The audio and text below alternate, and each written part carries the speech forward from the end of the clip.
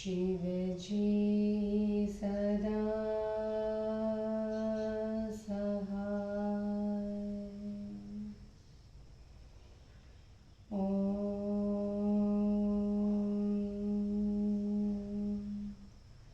नमः शिवाय।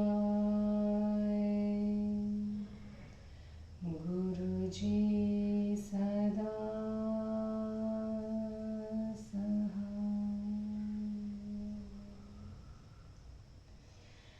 जय गुरुजी। अथ श्री वामन पुराणं द्वाविंशोऽध्यायः। देवदेव उवाच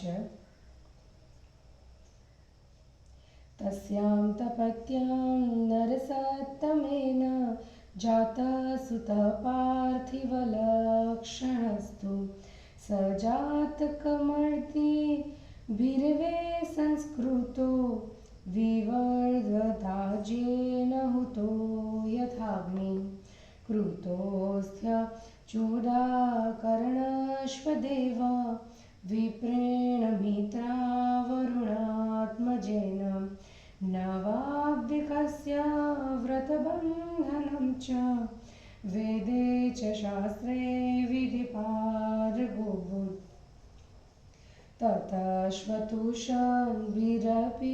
वर्षे सर्वज्ञतामभ्यगमात् ततोऽसौ ख्यातः पृथ्वीव्यां पुरुषोत्तमसो नाम्ना कुरु संवरणस्य पुत्र। ततो नरपतिर्दृष्टा धार्मिकं तनयं शुभं दारक्रियार्थमकरोद् यन्त्रं शुभकुले ततः सौदामिनीं सुदाम्नस्तु सूतं नृपाधिकां नृपा कुरोरर्थाय वृत्तवान् स प्रादात कुर्वे पितां स तां नृपसुतां लब्ध्वा धर्मार्थावविरोधयन् रेमे तन्व्या सह तया पौलोम्यामदवानिव। ततो नरपतिपुत्रं राज्यभारक्षमं बलि विदित्वा यौवराज्याय विधानेनाभ्यमेष्यत। ततो राज्येऽभिषिक्तस्तु कुरु पित्रा निजे पदे पालयामास स महीं पुत्रवच्च स्वयं प्रजाः स एव क्षेत्रपालोऽभूत् पशुपालः स एव हि स सर्वपालकश्चासीत् प्रजापालो महाबलः। ततोऽस्य बुद्धिरुत्पन्ना कीर्तिर्लोके गरीयसी यावत् कीर्तिः सुसंस्था हि तावद्वासः सुरे सः। स त्वेवं नृपतिश्रेष्ठो याथा तथ्यमवेक्ष्य च विचचर महीं सर्वा कीर्त्यथ तु नराधिपः।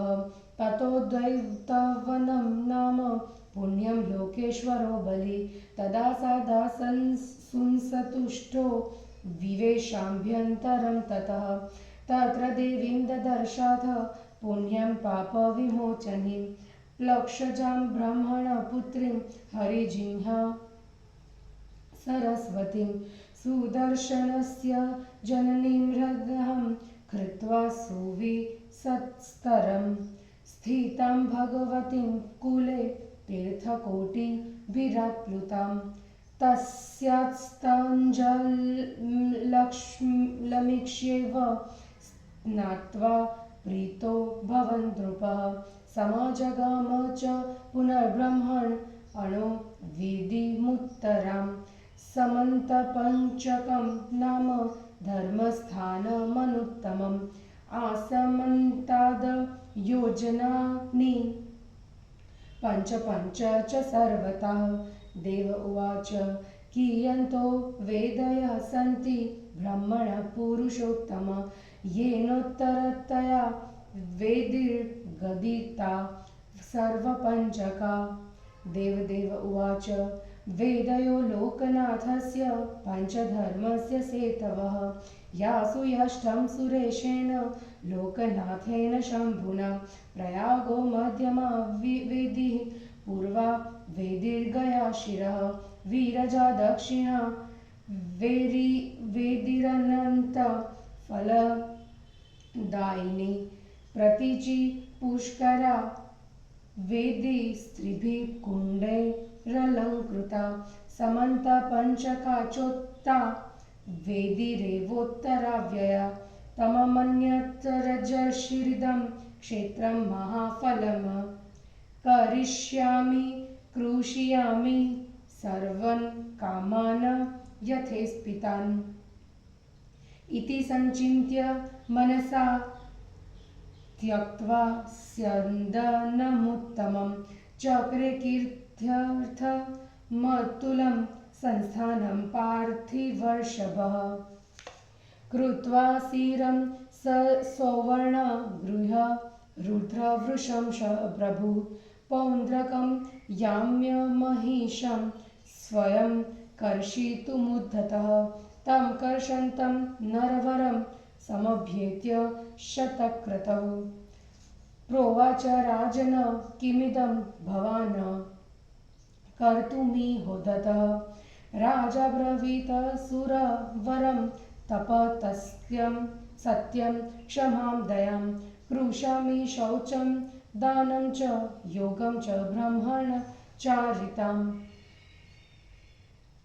तस्योवाच हरिर्देवः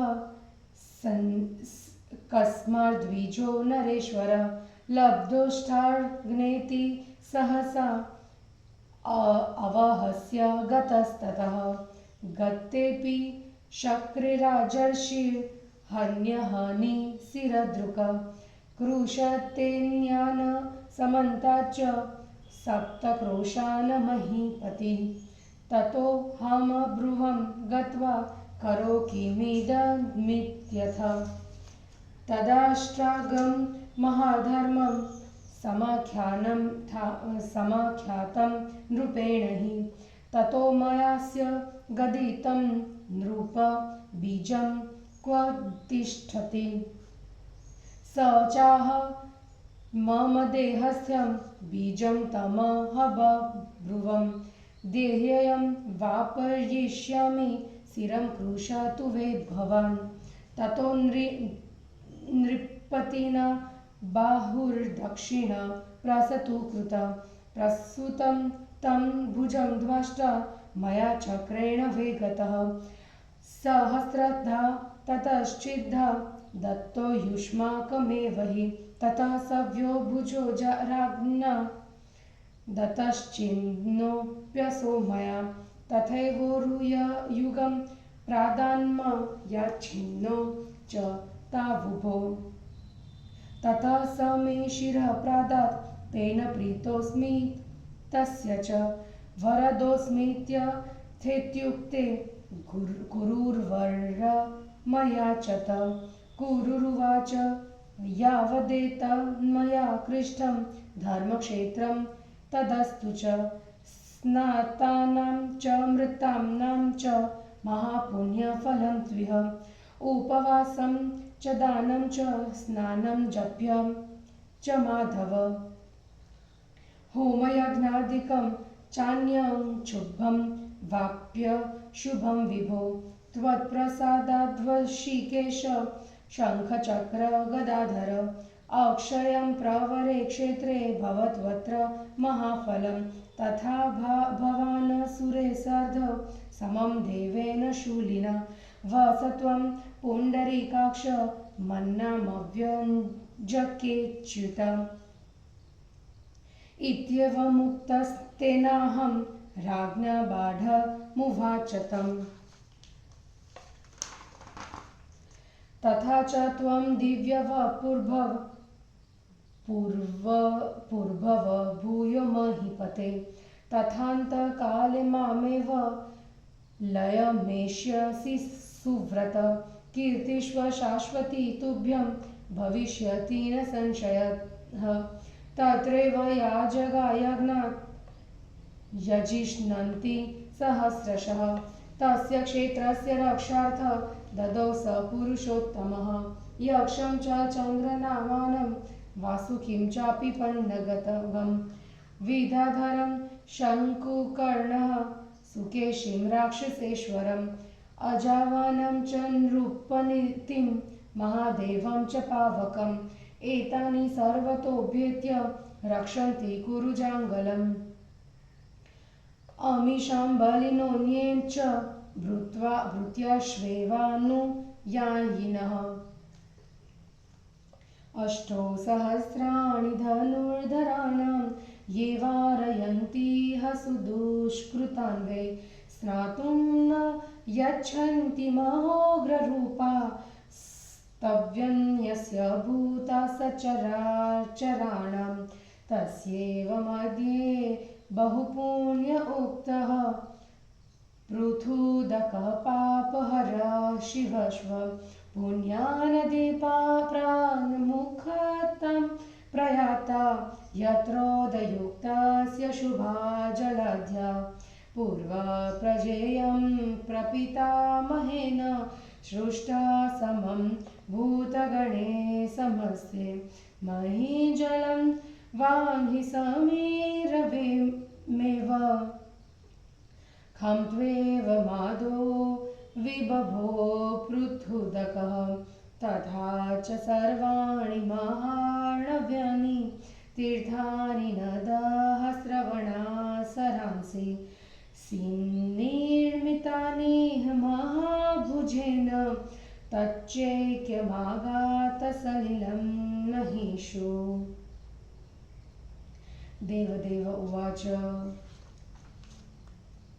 सरस्वती द्रुपद्वत्योरन्तरे कुरुजाङ्गले मुनिप्रवरमासिनीं पुराणां लोमहर्षणम् अपृच्छन्त द्विजवराः प्रभावं सरसत्सदा प्रमाणं सरसो ब्रूहि तीर्थानां च विशेषतः देवतानां च माहात्म्यमुत्पत्तिं वामनस्य च एतच्छ्रुत्वा वचस्तेषां रोमहर्षसमन्वितं प्रणिपत्य पुराणशीर्षितं वचनं ब्रवीत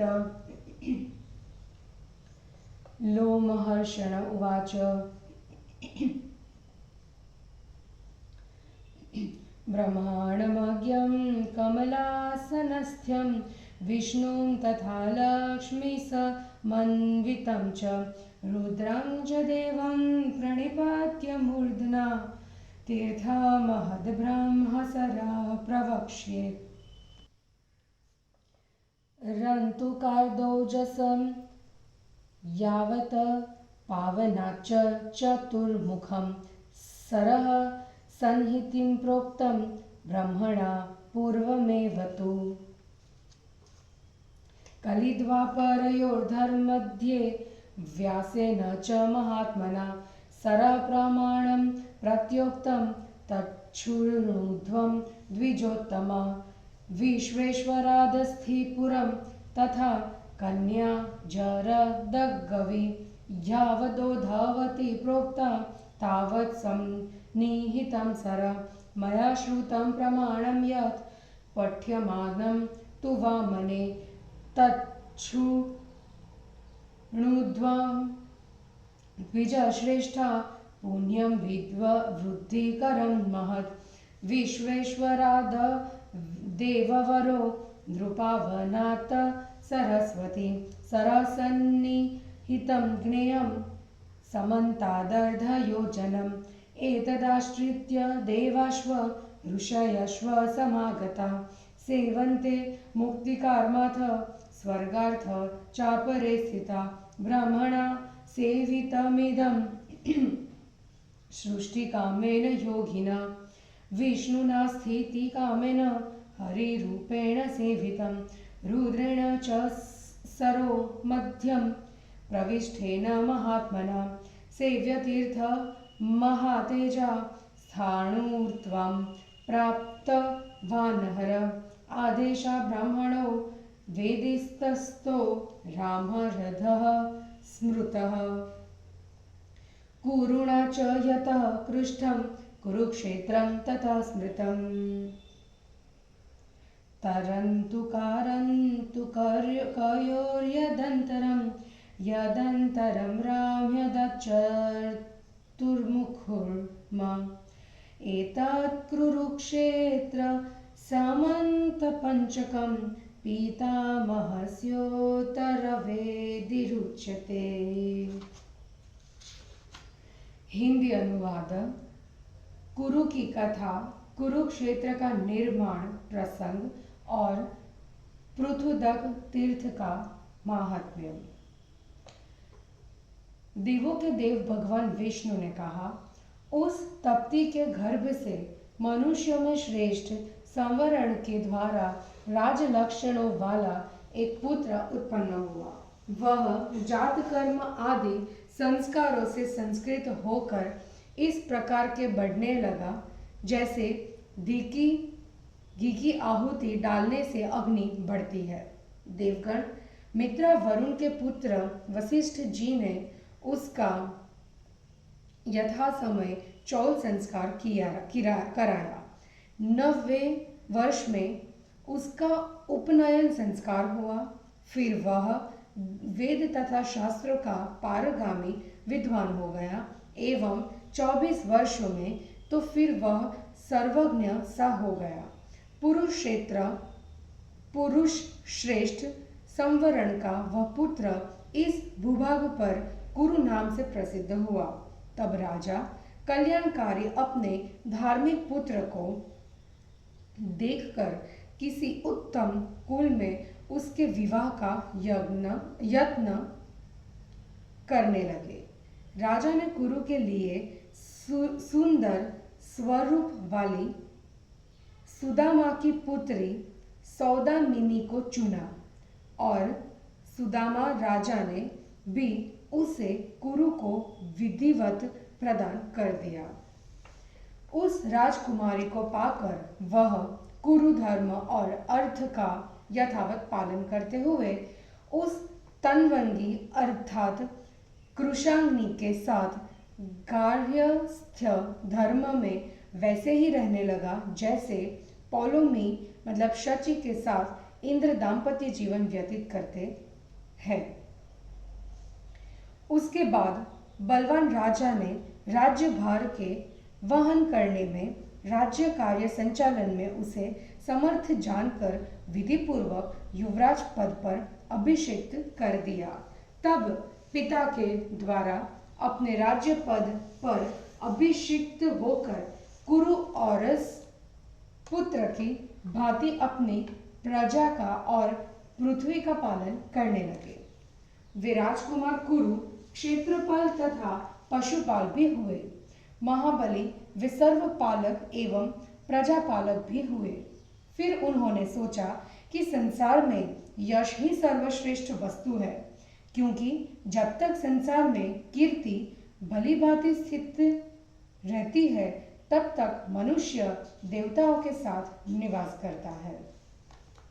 इस प्रकार यथार्थता का विचार कर वे राजा यश प्राप्ति के लिए समस्त पृथ्वी पर विचरण करने लगे।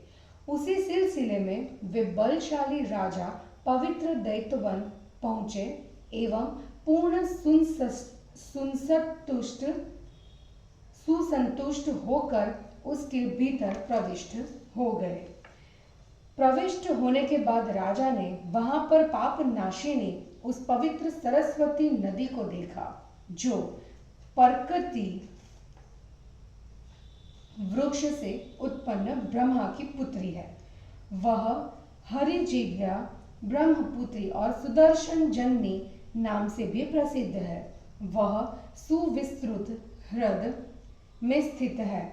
उसके तट पर करोड़ों तीर्थ है। उसके जल को देखते ही राजा को उसमें स्नान करने की इच्छा हुई। उन्होंने स्नान किया और बड़े प्रसन्न हुए। फिर वे उत्तर दिशा में स्थित ब्रह्मा की समंतपंचक वेदी पर गए। वह समंतपंचक नामक धर्मस्थान चारों ओर 5-5 योजन तक फैला हुआ है। देवता ने पूछा, पुरुषोत्तम, ब्रह्मा की कितनी वेदियां हैं, क्योंकि आपने इस सर्वपंचक वेदी को उत्तर वेदी कहा है। भगवान विष्णु बोले, लोकों के स्वामी ब्रह्मा की 5 वेदियां धर्म सेतु के सदृश है, जिन पर देवाधिदेव विश्वेश्वर श्री शंभु ने यज्ञ किया था। प्रयाग मध्य वेदी है, गया पूर्व वेदी और अनंत फलदायिनी जगन्नाथपुरी दक्षिण वेदी है। 3 कुंडों से अलंकृत पुष्कर क्षेत्र पश्चिम वेदी है और अव्यय समंत पंचक उत्तर वेदी है। राजर्षि कुरु ने सोचा कि इस क्षेत्र को महाफलदायी करूंगा और यही समस्त मनोरथों की खेती करूंगा। अपने मन में इस प्रकार विचार कर वे राजाओं में शिरोमणि कुरु रथ से उतर पड़े एवं उन्होंने अपनी कीर्ति के लिए अनुपम स्थान का निर्माण किया। उन राजा ने सुवर्णमय हल बनवाकर उसमें शंकर के बैल एवं यमराज के पोंद्रक नामक भैंसे को नांदकर स्वयं जोतने के लिए तैयार हुए। इस पर इंद्र ने उनके पास जाकर कहा, राजन, आप यहाँ यह क्या करने के लिए उद्यत हुए हैं? राजा बोले, मैं यहाँ तप, सत्य, क्षमा, दया, शौच, दान, योग और ब्रह्मचर्य इन अष्टांगों की खेती कर रहा हूँ। इस पर इंद्र उनसे बोले, नरेश्वर, आपने हल और बीज कहाँ से प्राप्त किए हैं? यह कहते हुए उपहास कर इंद्र वहां से शीघ्र ही चले गए। इंद्र के चले जाने पर भी राजा प्रतिदिन हल लेकर चारों ओर 7 कोसों तक पृथ्वी जोतते रहे। तब मैंने उनसे जाकर कहा, कुरु, तुम यह क्या कर रहे हो? राजा ने कहा, मैं अष्टांग महाधर्मों की खेती कर रहा हूँ। फिर मैंने उनसे पूछा, राजन, बीज कहाँ है? राजा ने कहा, बीज मेरे शरीर में है। मैंने उनसे कहा, उसे मुझे दे दो, मैं उसे बोऊंगा, तुम हल चलाओ। तब राजा ने अपना दाहिना हाथ फैला दिया। फैलाते हुए हाथ को देखकर मैंने चक्र से शीघ्र ही उसके 1000 टुकड़े कर डाले और उन टुकड़ों को तुम देवताओं को दे दिया। उसके बाद राजा ने वाम बाहु दिया और उसे भी मैंने काट दिया। इसी प्रकार उसने दोनों उरुओं को दिया, उन दोनों को भी मैंने काट दिया। तब उसने अपना मस्तक दिया, जिससे मैं उसके ऊपर प्रसन्न हो गया और कहा, तुम्हें मैं वर दूंगा। मेरे ऐसा कहने पर कुरु ने वर मांगा। कुरु ने कहा, जितने स्थान को मैंने जोता है वह धर्म क्षेत्र हो जाए और यहाँ स्नान करने वालों एवं मरने वालों को महापुण्य की प्राप्ति हो। माधव विभो, शंख चक्र गदाधारी ऋषिकेश यहाँ किए गए उपवास, स्नान, दान, जप, हवन, यज्ञ आदि तथा अन्य शुभ या अशुभ कर्म भी इस श्रेष्ठ क्षेत्र में आपकी कृपा से अक्षय एवं महान फल देने वाले हो। तथा हे पुंडरीकाक्ष, हे अच्युत, मेरे नाम के व्यंजक मतलब प्रकाशक, इस कुरुक्षेत्र में आप सभी देवताओं एवं शिव जी के साथ निवास करें। राजा के ऐसा कहने पर मैंने उनसे कहा, बहुत अच्छा, ऐसा ही होगा। राजन, तुम पुनः दिव्य शरीर वाले हो, जाओ तथा हे सुव्रत, अंत काल में तुम मुझ में ही लीन हो जाओगे। भगवान विष्णु ने आगे कहा, निसंदेह तुम्हारी कीर्ति सदा रहने वाली होगी। यहाँ पर यज्ञ करने वाले व्यक्ति यजमान यज्ञ करेंगे। फिर उस क्षेत्र की रक्षा करने के लिए उन पुरुषोत्तम भगवान ने राजा को चंद्र नामक यक्ष, वासुकी नामक सर्प, शतकुकर्ण नामक विद्याधर, सुकेशी नामक राक्षसेश्वर, अजावन नामक राजा और महादेव नामक अग्नि को दे दिया। ये सभी तथा इनके अन्य बलि, भृत्य एवं अनुयायी वहां आकर कुरुजांगल की सब ओर से रक्षा करते हैं। 8000 धनुषधारी जो पापियों को यहाँ से हटाते रहते हैं, वे उग्र रूप धारण कर चराचर के दूसरे भूतगण को स्नान नहीं करने देते। उसी के मध्य पाप दूर करने वाला एवं अति पवित्र कल्याणकारी पृथुदक नामक तीर्थ है, जहाँ शुभ जल से पूर्ण एक पवित्र नदी पूर्व की ओर बहती है। इसी प्रपितामह ब्रह्मा ने सृष्टि के आदि में पृथ्वी, जल, अग्नि, पवन और आकाश आदि समस्त भूतों के साथ ही रचा था। महाबाहु ब्रह्मा ने पृथ्वी पर जिन महासमुद्रों, तीर्थों, नदियों, स्रोतों एवं सरोवरों की रचना की, उन सभी के जल उसमें एकत्र प्राप्त है। यहाँ से कुरुक्षेत्र और उसके सरोवर का महात्म्य कहते हैं। देव भगवान विष्णु बोले, पहले समय में ब्राह्मणों ने सरस्वती और द्रुषद्वती मतलब गग्गर के बीच में स्थित कुरुक्षेत्र में आसीन मुनिप्रवर वृद्ध लोमहर्षण से वहां स्थित सरोवर की महिमा पूछी और इस सरोवर के विस्तार, विशेषतः तीर्थों और देवताओं के महात्म्य एवं वामन के प्रादुर्भाव की कथा कहने की प्रार्थना की। उनके इस वचन को सुनकर रोमांचित होते हुए पौराणिक ऋषि लोमहर्षण उन्हें प्रणाम कर इस प्रकार बोले। लोमहर्षण जी बोले, सबसे पहले उत्पन्न होने वाले कमलासन ब्रह्मा लक्ष्मी के सहित विष्णु और महादेव रुद्र को सिर झुकाकर प्रणाम करके मैं महान ब्रह्मसर तीर्थ का वर्णन करता हूँ। ब्रह्मा ने पहले कहा था कि वह सन्निहित सरोवर रंतुक नामक स्थान से लेकर ओजस नामक स्थान तक तथा पावन से चतुर्मुख तक फैला हुआ है। ब्राह्मण क्षेत्र श्रेष्ठ, किंतु अब कली और द्वापर के मध्य में महात्मा व्यास ने सरोवर का जो प्रमाण बतलाया है उसे आप लोग सुने। विश्वेश्वर स्थान से अस्थिपुर तक और वृद्धा कन्या से लेकर उदवती नदी तक यह सरोवर स्थित है।